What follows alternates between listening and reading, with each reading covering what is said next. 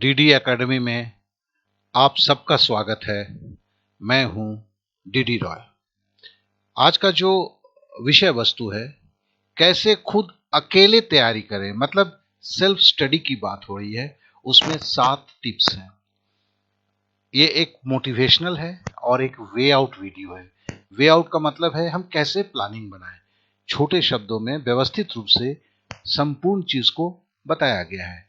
आप चाहे स्कूल में पढ़ रहे हो, कॉलेज में पढ़ रहे हो या कॉम्पिटिटिव कोई एग्जाम देने की तैयारी कर रहे हो, तो है कि अगर आपको तैयारी खुद कर रहे हैं तो कैसे करेंगे, इस बात का लेके हमने जिक्र किया है। चलिए हम चलते हैं। पहले कौन, देखिए, जब भी हमें तैयारी करने का होता है, आज की डेट में क्या होता है, सबके जो मन में आता है कि यार कोचिंग क्लास चले जाते हैं। लेकिन दोस्त, कोचिंग क्लास में जाएंगे, वहां आपको पढ़ाया जाएगा, मार्गदर्शन दिया जाएगा, लेकिन उसके बाद तो तैयारी आप ही को करनी है, सेल्फ स्टडी। और अगर आप खुद ही तैयारी करते हैं तो भी आपको सेल्फ स्टडी करना है। तो कहने का मतलब क्या है? कहने का मतलब यही है, सेल्फ स्टडी बड़ी मुद्दा है, कोचिंग एक छोटी मुद्दा है। अब देखो, कोचिंग शब्द का मतलब क्या होता है? तुम्हें कोई मार्गदर्शन दे। ये जरूरी नहीं है कि उस मार्गदर्शन के लिए पैसे दिए जाए। अगर कोई कोचिंग का समतुल्य कोई चीज आपको बिना पैसे से मिलता है तो भी वो सही है। तो अगर हम कोचिंग का मतलब है कि पिता के पैसे को ले जाके किसी के हथेली पे रखें और ये आशा करें कि वो मेरे को मार्गदर्शन करेगा, कहीं तक तो बात सही जाता है। लेकिन दोस्त, अगर उनके पास जाने से आपकी सारी समस्या खत्म हो जाएगी, वो कभी नहीं होता है। सेल्फ स्टडी एक अपने जगह पे है और ये सबसे ज्यादा इंपॉर्टेंट है। तो फिर वही सवाल पे आते हैं, मुर्गी पहले कि अंडा पहले? हमने देखा क्या, अंडे से ही मुर्गी बनता है। सेल्फ स्टडी से ही कोई जीत सकता है। तो सेल्फ स्टडी सबसे बड़ी प्रक्रिया है। अब है कि हमें तैयारी करना है दोस्त। तो सबसे पहले आप चाहे स्कूल की एग्जाम की तैयारी कर रहे हैं, चाहे आप कॉलेज की एग्जाम की तैयारी कर रहे हैं, या आईबीपीएस पीओ की एग्जाम देने जा रहे हैं, आप एक पुलिस की नौकरी के लिए तैयारी कर रहे हैं, जो भी कर रहे हैं, सबसे पहला सवाल है, आप कहां खड़े हैं, कहां जाना है। देखो दोस्त, अगर आप जीवन में कहीं जाना चाह रहे हो, सपोज आप अपने शहर से, तो फिर वही होता है ना, आप भागलपुर में हो, आपको मुंगेर जाना है, या आप इलाहाबाद में हो, आप कानपुर जाना है, तो आपको दोनों स्थिति पता रहता है। आप कहां हो? कानपुर में हो। जाना कहां है? इलाहाबाद जाना है। मैं एक बात की बात करता हूं, इसी तरह पढ़ाई की तैयारी में भी दो चीज महत्वपूर्ण है, आप कहां खड़े हो। हर व्यक्ति की अपने क्षमता के अनुसार कहीं खड़ा होता है और उसकी एग्जाम है, वो उसकी मंजिल है। अब देखोगे कि सबसे पहले क्या किया जाता है। सबसे पहले जो है, आप जिस एग्जाम को देने जा रहे हैं उनके 5 साल का पहले का पेपर निकालिए। निकालने के बाद आप चैप्टर वाइज उसको देखना शुरू कीजिए। आपको उसमें से कुछ मिलेंगे कोर टॉपिक्स। देखिए, लाल रंग का जो है, जो हर एग्जाम में आता है, जो निहायत जरूरी है।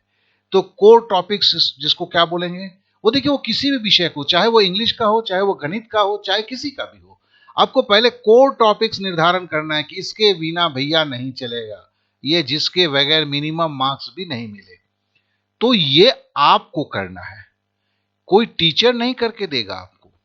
आप किसी भी कोचिंग क्लास में जाइए, ये हकीकत है।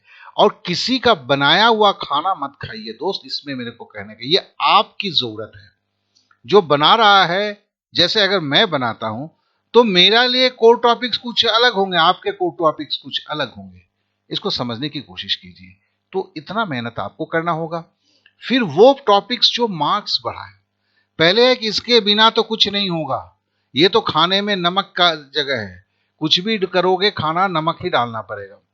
और ये क्या है, ये आपको वो टॉपिक्स जो मार्क्स बढ़ाए, मतलब आपको पास कराए, ये वो जगह है। तो इसमें कौन कौन से टॉपिक्स आप लेते हो उसे सोचो। फिर है वो टॉपिक्स जो जीत दिलाए, जो आपको, चाहे आप किसी कॉम्पिटिटिव एग्जाम है और या आपके कोई क्लास एग्जाम है, तो ये जो आप बंटवारा करते हो चैप्टर्स की, जिसको देखो हम इंग्लिश में वेटेज बोलते हैं। चैप्टर का वेटेज कितना है, मतलब कुछ कुछ तो आपके गाइड बुक्स में लिखा भी हुआ रहता है कि ये चैप्टर का वेटेज इतना है, मतलब ये एग्जाम में इतने बार पूछे गए हैं, तो उसके हिसाब से आपको पहले क्लासिफिकेशन करना है। तो मतलब वर्गीकरण करना है, उसमें कोर टॉपिक्स को कुछ लिखिए, कुछ है जो वो टॉपिक्स जो मार्क्स बढ़ा है उसको आप पहले इसको 1 नंबर का टॉपिक्स का दीजिए, इसको रैंकिंग 2 नंबर दीजिए, इसको 3 नंबर दीजिए। तो ये आपका है कि कहां खड़े हैं, इससे आपको पता चल जाता है, और कहां जाना है वो भी पता चलता है। तो ये निहायत जरूरी है, किसी भी तैयारी में सबसे पहला कदम यही है दोस्त, इसे करना जरूरी होता है। अब हम आगे बढ़ते हैं। एक बात को याद रखना, ये टिप्स नंबर 2 है, एक पढ़ाई 5 बार, न कि 5 पढ़ाई 1 बार। तो कहने का मतलब क्या हुआ? कहने का मतलब बस इतना ही है, किसी चीज को एक बार पढ़ के आप जाओगे तो एग्जाम हॉल में सफलता मिलना बहुत ही मुश्किल होता है, लेकिन किसी वस्तु को आप 5 बार पढ़ के जाते हो तो एग्जाम हॉल में आपका कलम चलता है। तो आप क्या होता है, हम लोग डर के मारे जब बहुत ज्यादा पढ़ तो लेते हैं, अरे यार एग्जाम आ गया, जल्दी करना है जल्दी करना है, तो हमने सारे को एक एक बार पढ़ डाला, कोई काम का नहीं हुआ। क्योंकि आप जब एग्जाम हॉल में आते हैं आप में पूरा कंफ्यूजन छाया हुआ रहता है, पूरी चीज तो आपको याद आती नहीं है। तो इसके लिए याद रखना एक चीज को, एक पढ़ाई 5 बार, न कि 5 पढ़ाई 1 बार। अब देखो, अगर आप मेहनत कर रहे हैं लेकिन आपको रिजल्ट नहीं आ रहा है, तो आप जान लीजिएगा कि दोष आपके भाग्य का नहीं है, दोष आपके रिवीजन के तरीके का है। मतलब ये 5 बार कैसे पढ़ना है, किस तरह पढ़ना है, ये काफी इंपॉर्टेंट बात है। क्योंकि अगर ये इसको आप ठीक से करते हैं, 5 बार तो मतलब 1 बार पढ़े 4 बार रिवीजन किए, ये अगर सही वैज्ञानिक तरीके से करते हैं तो आपका जीत निश्चय है। तो यहां भाग्य नहीं है दोस्त, भाग्य में भगवान के पास, ऊपर वाले के पास इतना वक्त होता ही नहीं है कि आपके इन छोटे मद्दे को आपको मार्क्स दिलाने के। अरे यार उसके दुनिया में कितना काम है, एक बंदा वो भी तो ऊपर है, पूरे दुनिया को संभाल रहा है, क्यों आप उनको दोष देते हो? दोष आपके रिवीजन के तरीके में है। इसे जान लो, इसे सुधारो, मामला सही हो जाएगा। अब आते दूसरे पे, समय पड़ाव घंटे में रूपरेखा। ये एक और बहुत बड़ी बात है। हमने देखो पहले आपको बोला क्या है, आप कहां खड़े हैं, कहां जाना है, तो जिसमें आपने ये टॉपिक्स को ठीक कर लिया। अब यार आगे ना बढ़ो, एक कागज लो, क्योंकि ये आपका जंग है, तो स्ट्रेटेजी आपकी बनेगी, ना कि आपके मास्टर जी आपको स्ट्रेटेजी बना के देंगे। ये जो सोचते हैं वो गलत सोचते हो दोस्त।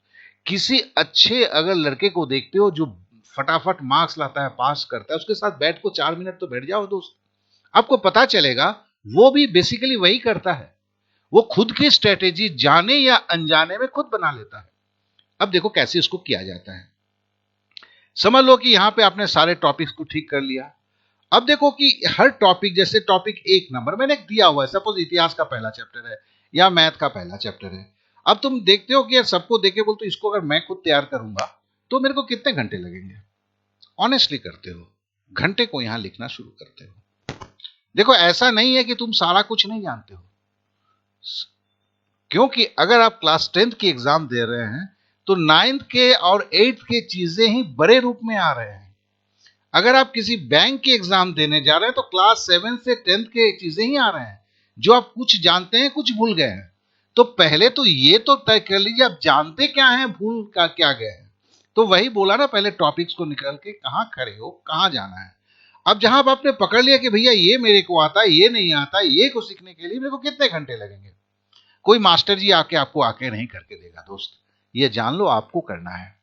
तो आंख बंद करके कोई टाइम टेबल बनाने का कोई फायदा नहीं होता है। वो तो सुनने में बड़ा अच्छा लगता है लेकिन कोई कारगर तरीका नहीं है। आप पहले इसको घंटे का हिसाब करो। तो मतलब है कि सारा टॉपिक को पकड़ लो कि आपको 60 घंटा चाहिए तैयारी के लिए। देखो दिल कितना हल्का हो जाएगा, 60 घंटा चाहिए आपको। आप बोलते हो अच्छा ऐसा करते हैं, दिन का मैं 2 घंटा पढ़ूंगा, दिन का 2 घंटा पढ़ूंगा, तब आपको ये पता चल गया कि एक एक टॉपिक जो 5 घंटे का है वो 2.5 दिन में कंप्लीट होगा, जो आपका 4 घंटे का है वो 2 दिन में टॉपिक कंप्लीट होगा, जिसकी प्रिपरेशन के लिए आपने 2 घंटा रखा है वो 1 दिन में तैयार होगा। तो आपका जो ये घंटा निकलता है, पूरे तैयारी में कितने घंटे लगेंगे और कितने दिन बचे हैं उससे अगर भागा देते हो तो प्रतिदिन कितने घंटे होंगे। अब है कि जितने घंटे की तैयारी करोगे उसका आधा टाइम रिवीजन का है। अगर आप 2 घंटा आता है तो आपको 3 घंटा चाहिए। क्यों? 2 घंटा पढ़ोगे और 1 घंटा रिवीजन करोगे, तो फिर क्या होगा, ये पूरी स्टडी आपकी बैलेंस हो जाती है। आप एवर रेडी बनते हो। एवर रेडी का मतलब जानते हो? जब भी एग्जाम ले आ जाए आप तैयार हो। तो इसको पकड़ने के लिए आपको उल्टा चल के आना होगा, न कि आपने टाइम टेबल 2 घंटा कर दिया, 2 घंटे में क्या तैयारी करोगे, किस पे कितना समय दोगे, कौन सा जरूरी है, कुछ नहीं पता है। इसके लिए इसको वैसे आना पड़ता है दोस्त। कोई भी अच्छी तरह से जो पढ़ाई को समझता है, ठीक है ना, उल्टे सीधे बातों को नहीं करता है, तो ये एक साइंटिफिक प्रोसेस है।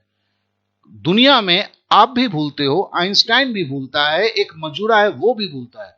भूलना एक स्वाभाविक प्रक्रिया है। तो भूलने वाले चीजों को रिवीजन करके फिर से दिमाग में रखना पड़ता है, तो फिर घंटे के हिसाब में आना पड़ेगा। तो आशा करता हूं ये चीज आपको जरूर क्लियर हो चुका होगा। अब चलते हैं कैसे मुश्किल को आसान बनाया जाता है। दोस्त, आप जब भी कोई एग्जाम देने जा रहे हो, आप जैसे क्लास 7th की एग्जाम देने जा रहे हो, तो आप क्लास 1 से तो 6 तक पढ़े हो, 7th उसी का आगे का रूप है, ठीक है ना। अगर आप क्लास 10th की एग्जाम देने जा रहे हो तो 1 to 9 तो पढ़े हो दोस्त। अगर आप ग्रेजुएशन करने जा रहे हो तो फिर आप क्लास 1 to 13 तो आप पढ़े हो दोस्त, और उसी का देखो आगे का रूप है। हमारे बचपन में बोला जाता था, आप भी शायद जानते होंगे, कि चलो मैं अगर आपको एक पेंसिल दे देता हूं, फट से तोड़ दोगे। अगर 10 पेंसिल का गठरी बना के दूंगा तो आप तोड़ नहीं पाओगे। तो क्या है, समस्या को आसान बनाया जाता है। समस्या के लिए किसी के लिए अब बैठे मत रहो। तो कहने का मतलब, जैसे कोई चैप्टर लिया, पहले देखा, अरे यार ये चैप्टर है, ये हाइड्रोजन के बारे में बताया हुआ है, या ये ऑर्गेनिक केमिस्ट्री है, यार ये तो मेरे को आता ही नहीं है। आप बंद कर देते हो। मैं बोलता हूं नहीं, उसे खोल के रखो, फिर पढ़ना चालू करो, फिर याद करता, अरे यार इसको तो मैंने पिछले साल थोड़ा सा पढ़ा हुआ था, उसको देखो वो पढ़ा हुआ है। तो फिर एकदम जो ना पढ़ा हुआ चीजें हैं वो आपका मुश्किल है। और आसान कौन सा पोर्शन है? जो पोर्शन आप पहले पढ़ चुके हो। तो पूरे चैप्टर में देखोगे ना आप, तो आपको बहुत सारे मिलेंगे, जैसे 40% आपको पता है, 60% पता नहीं है। चलो मैं वर्स्ट केस मान लेता हूं, 20% पता है, 80% पता नहीं है। तो फिर आपके पास तो ये चीज आ गया ना, वो कोचिंग जो है, वो मार्गदर्शन जो है, वो किस पे चाहिए आपको? मेरे को मैथ पढ़ा दो सर, सर तो आके रेडी हो गए, चलो पढ़ा देंगे, दक्षिणा मिल जाएगा। लेकिन आपको तो पता होना चाहिए आपके उसमें से कौन सा पोर्शन आपको आता है, कौन सा पोर्शन नहीं आता है। और आज तो YouTube एक ऐसा जमाना आ गया है, आपको जो नहीं आता है उसका जवाब है। तो पहले ही आप अगर छांट लिया, अगर आप YouTube में घूम रहे हो तो फिर मैं पूछूंगा, जनाब क्यों घूम रहे हो? आपको क्या पता है आपको कितना तैयारी करना है, कितना नहीं करना है? पहले उसे तो देख लो। तो फिर है कि किसी भी मुश्किल का आसान केवल कोचिंग नहीं है, सेल्फ स्टडी हो सकता है। सेल्फ स्टडी अगर कर रहे हो तो आपको मार्गदर्शन चाहिए, मैं मानता हूं। दूसरों से आपको समझना है, मैं मानता हूं। पहले उस पोर्शन को तो निकाल लो, क्या समझना है, फिर यूट्यूब में जाओ। क्योंकि यूट्यूब एक ऐसी जगह है, एक ऐसा बड़ा डिपार्टमेंटल स्टोर है कि गए तो साबुन खरीदने और लेके आए सेंट खरीद के, क्योंकि आपको तो दिखाई नहीं कहीं पे। अगर आप जानते हो कि नहीं मेरे को साबुन लेना है और कपड़े धोने का साबुन लेना है, तो फिर आप सही उसको लेके आओगे। तो यही चीज आपका है कि आप YouTube को कैसे इस्तेमाल करोगे ऐसे मार्गदर्शन के लिए। तो इसके लिए मतलब क्या हुआ? अगर कोचिंग आपके शहर का सर है, जो YouTube में ऐसे विख्यात, मैं नहीं हूं भैया, विख्यात लोग पढ़ा रहे हैं, जो इस देश के प्रतिष्ठित व्यक्ति हैं, उनका तो फ्री में है दोस्त। अब लेना आपको कैसे है, उसके लिए आप इतना जान लो, को कैसे लेना है, समस्या का समाधान हो जाएगा। बस इतना ही बोलना है। इतनी सी तैयारी कर लो और शुरू हो जाओ, फिर देखो चीजें कैसे आसान हो जाता है। मेरे को आशा करता हूं कि मैं ये चीज आपको जरूर अच्छा लगा होगा, और अगर अच्छा लगा होगा तो मेरा एक सब्सक्राइब तो बनता ही है दोस्त। मैं देखो इस मोटिवेशनल चैनल में रेगुलर नहीं था, अब वादा करता हूं, बहुतों का मेरा है कि सर आप रेगुलर रहो, हमारे साथ संपर्क में रहो, हमें बताते जाओ कि हमें करना क्या है। इस कड़ी में मेरी पहली प्रयास है। आशा करता हूं कि आपको अवश्य अच्छा लगा होगा। Okay then, thank you all of you.